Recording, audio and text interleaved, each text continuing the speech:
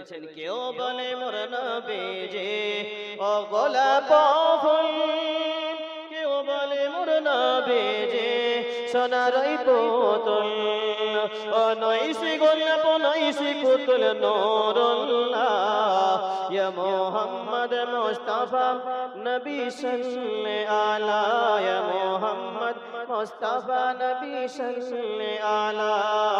শাফাআতের কান্দারি শাফাআতের কান্দারি রাসূলুল্লাহ, ইয়া মুহাম্মদ মুস্তাফা নবী সাল্লে আলা, আল্লাহুম্মা সাল্লি আলা মাওলানা